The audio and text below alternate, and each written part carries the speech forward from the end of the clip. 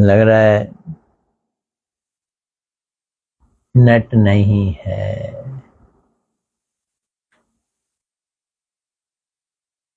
घूम रहा है।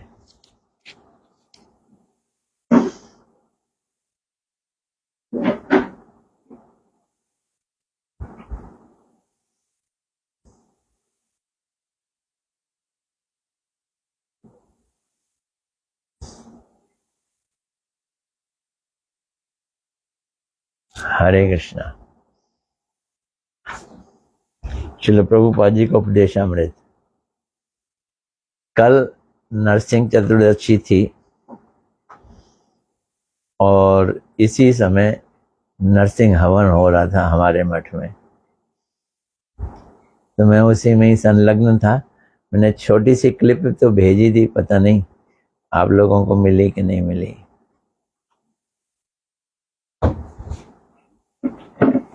तो आज मैं पुनः आप लोगों के सामने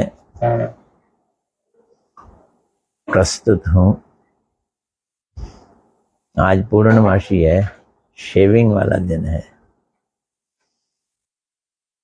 आज माधवेंद्रपुरी पाद जी का आविर्भाव दिवस भी है।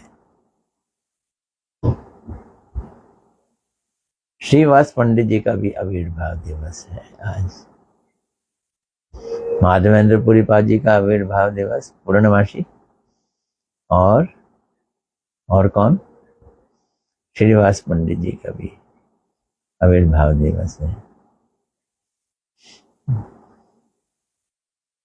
बांके बिहारी जी का भी शायद आविर्भाव है। चरण दर्शन कराते हैं, कुछ ऐसे ही है।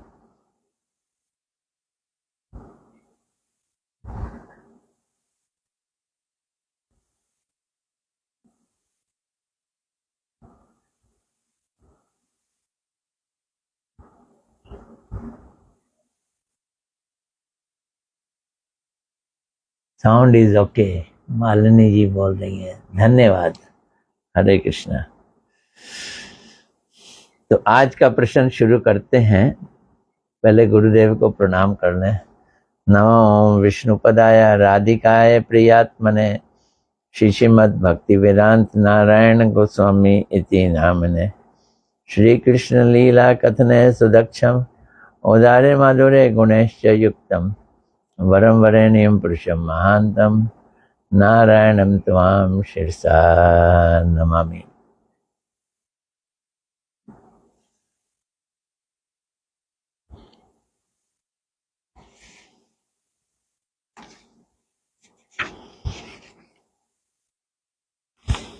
प्रश्न का लंबा उत्तर है। देखें क्या प्रश्न है, क्या उत्तर है। क्या भगवान पर पूर्ण रूप से विश्वास ना कर पाने के कारण ही हमारा अमंगल हो रहा है? मैं बोलूंगा बेशक, इसमें क्यों दो राय नहीं है। प्रभुपाद जी क्या कह रहे हैं?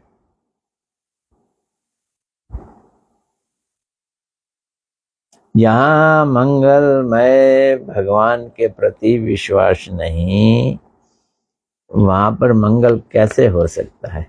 मैंने बेशक कहा है, प्रभुपाद जी ने उसको उत्तर दे दिया।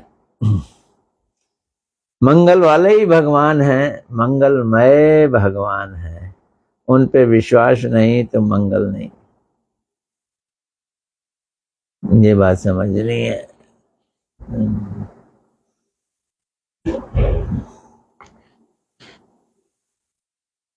अतः हमें आरोह पथ अथवा अश्रोत पथ का त्याग करना है। फिर इस शब्द को प्रभुपाद जी बहुत बार यूज करते हैं, एक आरोह और एक अवरोह। आरोह पथ, अश्रोत पथ, जिसमें हम अपनी मेंटल स्पेकुलेशन से खोज करते हैं, सुनकर नहीं। अश्रोत, श्रोत मैंने सुनना, अश्रोत और अवरोह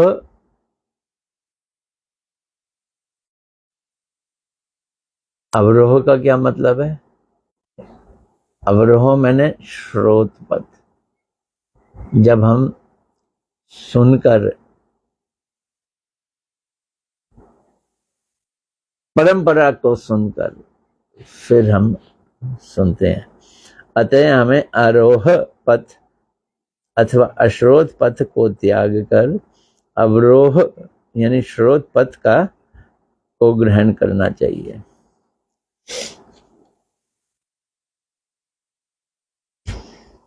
अर्थात हमें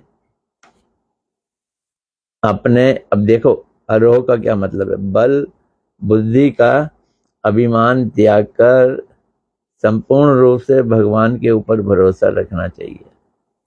जो आरोह पथ है जिसमें हम मन बुद्धि लगाते हैं उसको त्यागना है।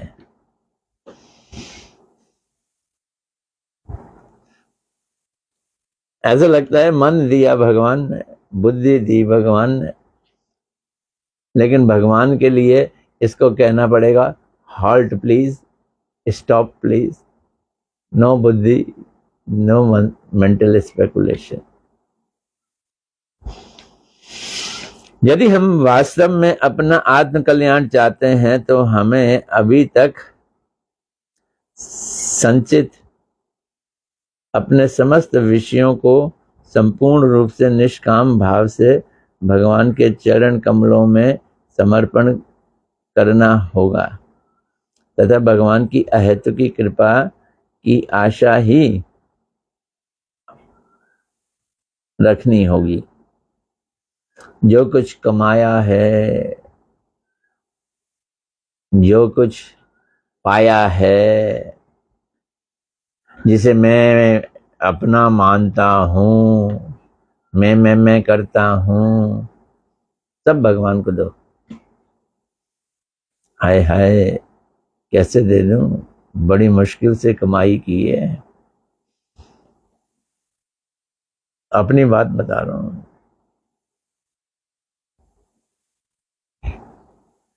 खाली हो जाऊंगा ये भय सताता है, फिर मुसीबत में कैसे काम आएगा, कौन काम आएगा, है ना दिक्कत।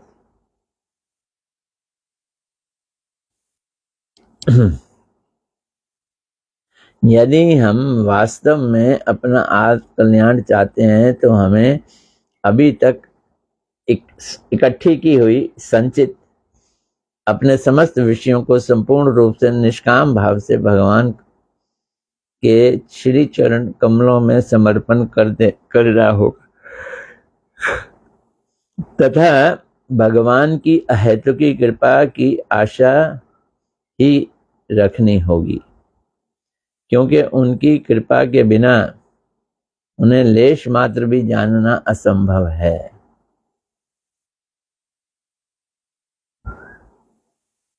मन और बुद्धि लगाएंगे तो कृपा नहीं मिलेगी उनकी, और कृपा के बिना काम नहीं बनेगा।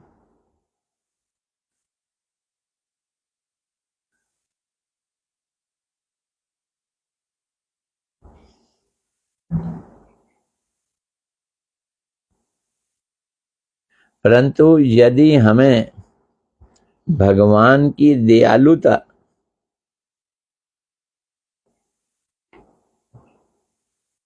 और भगवान की कल्याणकारी, दयालु हैं कल्याण करने वाले हैं, भगवान की दयालुता और मंगलदायी कल्याणकारी पर पूर्ण विश्वास ना हो तो हम अपना सर्वस्व उन्हें निसंकोच समर्पित नहीं कर सकते। ये तो बात सही है। हम करते क्यों नहीं है? क्योंकि विश्वास विश्वास कहते तो हैं, ये ओंठों का संचालन है, ये सच्चाई की सच्चाई का संचालन नहीं है। ऐसी अवस्था में समर्पण करते समय हमारे हृदय में ऐसा विचार आएगा। क्या विचार आएगा? कि यदि मैंने अपना सर्वस्व भगवान के लिए समर्पित कर दिया, कुछ नहीं रखूं अपने पास। ओ यदि मैंने सर्वस्व भगवान को समर्पित कर दिया,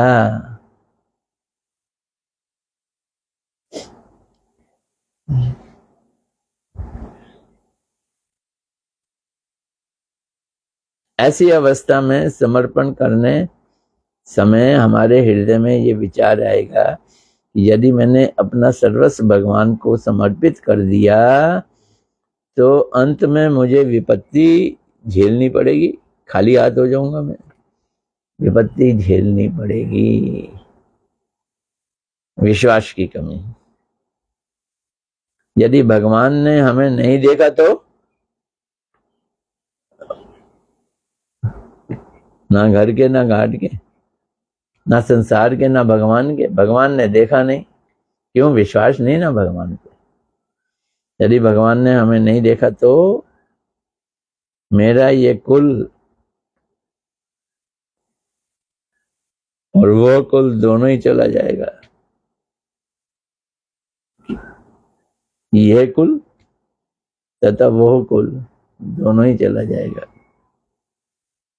परंतु वास्तव में ऐसे संदेह भक्तिहीन है। ये संदेह किसको होते हैं? जिसमें भक्ति नहीं है, उनको संदेह होते हैं। भक्ति वाले पूर्ण विश्वास रखते हैं कि भगवान कभी भी गलत काम नहीं करते।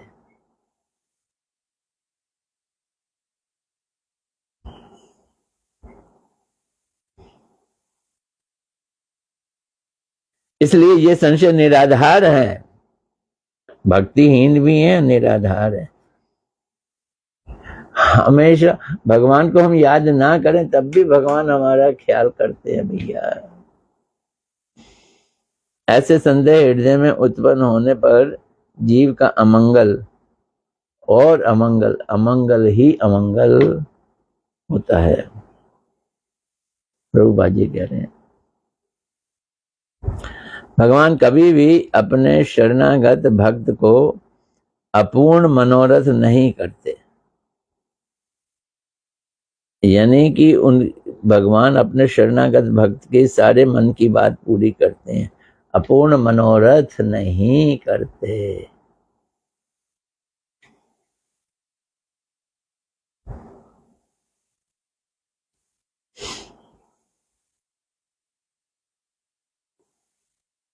हमारे समस्त अभावों को पूर्ण करने में तथा हमें संपूर्ण रूप से आश्रय प्रदान करने में केवल भगवान ही समर्थ हैं, दूसरा कोई नहीं। ऐसा सुदृढ़ विश्वास होने पर ही जीव निर्भय और निश्चिंत और सुखी होता है। क्या क्या है? निर्भय, निश्चिंत और सुखी। और ये सुदृढ़ विश्वास होना चाहिए। क्या? सारे हमारे अभाव पूर्ण करने में, हमें संपूर्ण रूप से आश्रय प्रदान करने में अगर कोई समर्थ है, एकमात्र कोई समर्थ है, तो वो कौन है? भगवान है। भगवान की अमंदोदय दया, ये प्रभुपाद जी बड़ा इस्तेमाल करते हैं शब्द। मैंने नहीं, मंद मैंने कम होने वाली, उदय दया, अमंदोदय दया, जो कम नहीं होती, कभी मंद नहीं होती।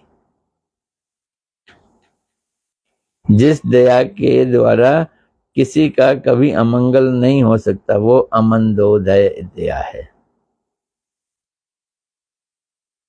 तो भगवान की अमंदोदय दया के द्वारा जीव का कैसे महामंगल होता है, इसे भाषा के ही नहीं द्वारा प्रकट किया जा सकता। भाषा इसे नहीं बता सकती भाई, भाषा से नहीं बता सकता। मतलब भगवान का कितनी हमारे पे कृपा होती है, ये हम भाषा से नहीं समझ सकते।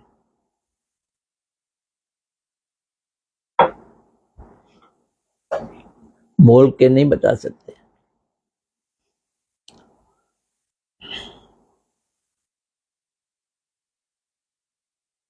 भगवान की कृपा होने पर निरंतर उनकी सेवा करने पर भी सेवा की आशा नहीं मिटती। अगर कृपा हो जाए तो सेवा कम लगती है। उनकी निरंतर सेवा करें फिर भी सेवा करने की आशा मिटती नहीं है। ये जीव के अंदर ये ब्यूटी आ जाएगी, सेवा करने पर सेवा की इच्छा नहीं मिटती।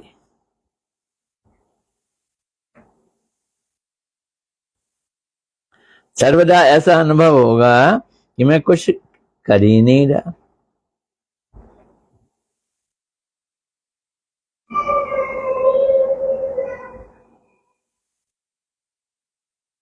प्रभुपा जी कह रहे हैं, वो उनकी भाषा देखो क्या कह रहे हैं, हाय हाय हाय हाय, मेरी भगवान के प्रति लेश मात्र भी प्रीति नहीं है।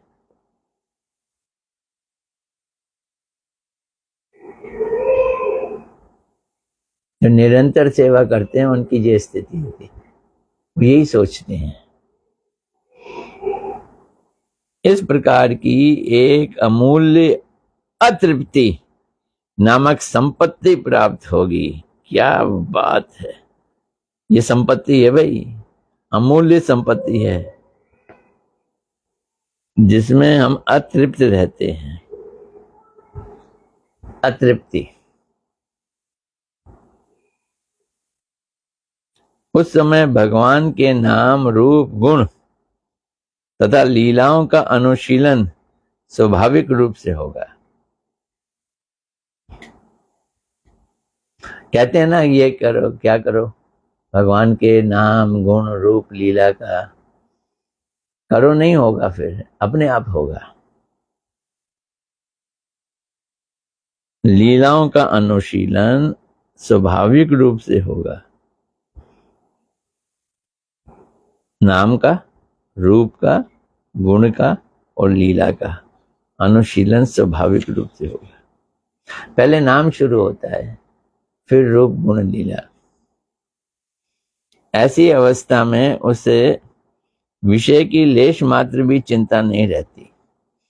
जब ये हो जाए, भगवान की कृपा जैसे कहते हैं, फिर विषय कहाँ और वो आदमी कहाँ। भगवान का स्वभाव है कि वे किसी को भी निराश नहीं करते। भगवान का स्वभाव है, जल्दी दर्शन भी नहीं देते और निराश भी नहीं करते। वही वास्तव में कृतज्ञ है, समर्थ है और महाकृपालु है। भगवान कृतज्ञ है, समर्थ है, महाकृपालु है। यदि कोई लेश मात्र उनकी सेवा करता है, अब देखो एक बात समझते हैं, हम तो जीव हैं, हम बड़े क्षुद्र हैं, हम अणु हैं। हमारी क्षमता ही क्या है उनकी सेवा करने की, वो अनंत और हम क्षुद्र। हमारी तो सेवा होगी ही, हमेशा की होगी ना, अणु की अणु सेवा। लेश मात्र उनकी सेवा करता है तो उसे वो कभी भूलते ही नहीं है। भगवान उसका एहसान मान लेते हैं, वो उसने मेरी ये सेवा की, कदापि नहीं भूलते। जीव के पास स्वतंत्रता नामक जो स्वतंत्रता का, ये बड़ा अनमोल रत्न है, अमूल्य रत्न है। परंतु वह स्वतंत्रता भगवान के अधीन है, तभी यह अनमोल रत्न है। हमने अपनी स्वतंत्रता भी भगवान को बेच दी फिर कोई दिक्कत नहीं है।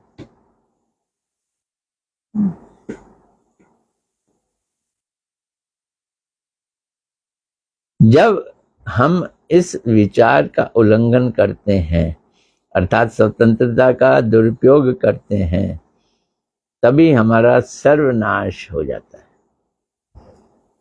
तब हमारा सर्वनाश हो जाता है। जागतिक लोग कदापि हमारे अभावों को पूर्ण नहीं कर सकते। जागतिक मतलब जगत वाले, जगे हुए नहीं, जागतिक जगत के लोग, तथा ना ही हमारी समस्याओं को दूर कर सकते हैं। इसलिए गीता में सर्वेश्वर भगवान के श्री चरणों में संपूर्ण रूप से शरणागत होने को कहा गया है। श्री कृष्ण ही वो भगवद वस्तु हैं। कौन है? सभी अवतारों के अवतारी, उनको स्वयं भगवान कहते हैं। उनके श्री चरणों में शरणागत होना जीव का एकमात्र कर्तव्य है। प्रभुपाद जी तो डंके की चोट कहते थे, हमारी कोई दूसरी ड्यूटी ही नहीं है, एकमात्र कर्तव्य है भगवान को समर्पित होकर उनकी सेवा करना, और कुछ करने की जरूरत ही नहीं है। उनके श्री चरणों में समर्पित होने से ही जीवन के सभी उद्देश्य तथा कर्तव्य और अकर्तव्य विचार साधित हो जाते हैं। जैसे ही हम उनके चरणों में समर्पित हो जाएंगे, क्या करना है क्या नहीं करना, ये बात क्लियर हो जाएगी। अतः नाना प्रकार के विघ्न बाधाओं तथा नाना प्रकार के अनर्थों की अवस्था में किस प्रकार आत्मसमर्पण किया जा सकता है, यह भी आलोचना का विषय है। पर गुरुदेव कह सकते थे कि भक्ति ऐसी है कि हम अनर्थों के साथ ही भगवान की समर्पित हो जाएंगे तो अनर्थ से चले जाएंगे। तो ये है इस प्रश्न का उत्तर। बड़ा लंबा उत्तर है। दूसरा प्रश्न भी बड़ा लंबा है, वो आज नहीं लेंगे हम, थोड़े से ही रह गए हैं, इसलिए थोड़ा थोड़ा करके आगे बढ़ रहे हैं। अब मंगलवार को मिलते हैं। आज तारीख हो गई 1, शुक्रवार 1, शनिवार 2, इतवार 3, सोमवार 4, मंगलवार 5 को पड़ेगी डेट, 5 को मिलेंगे। हरे कृष्णा कृष्णा कृष्णा हरे हरे, हरे राम राम राम हरे हरे। देखें कौन कौन आया है।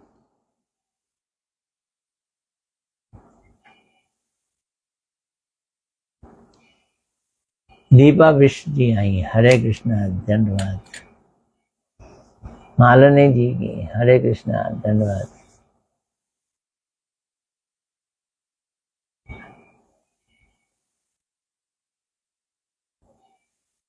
दीपा जी कह रही हैं कल की नरसिंह भगवान की क्लिप देखी थी। वीना भल्ला जी हरे कृष्णा धन्यवाद।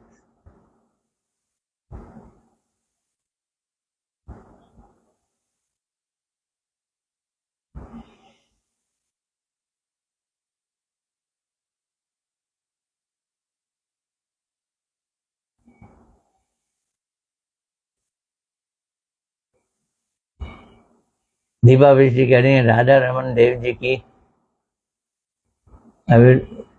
राधा रमन देव जी का, ओह राधा रमन जी का आविर्भाव है, बांके बिहारी जी का नहीं। Sorry sorry sorry sorry sorry sorry, नहीं मुझे याद था राधा रमन, लेकिन मुंह से निकल गया बांके बिहारी जी। आज उनके चरण दर्शन भी होंगे। राधा रमन जी का आविर्भाव और दिवस 480 साल हो गए करीब राधा रमन जी को प्रकट को।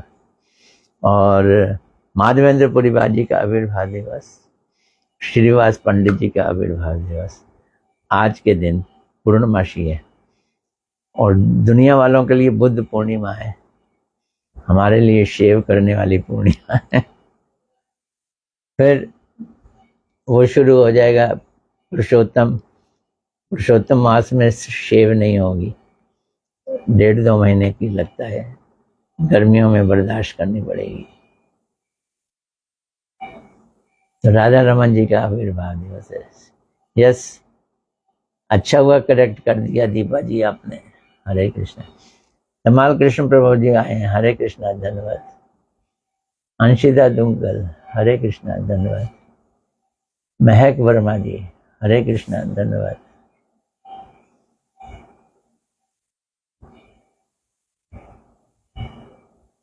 मनीष मानो जी भी आ गए, हरे कृष्णा, धन्यवाद। शीतल बिष्ट, 2 बिष्ट हो क्या हमारे यहाँ? हरे कृष्णा, हरे कृष्णा, धन्यवाद। अजय कुंद्र, हाँ, हरे कृष्णा, धन्यवाद। चलो अब 5 को मिलेंगे, मंगलवार को मिलेंगे। हरे कृष्णा कृष्ण कृष्ण हरे हरे, हरे राम राम राम हरे हरे।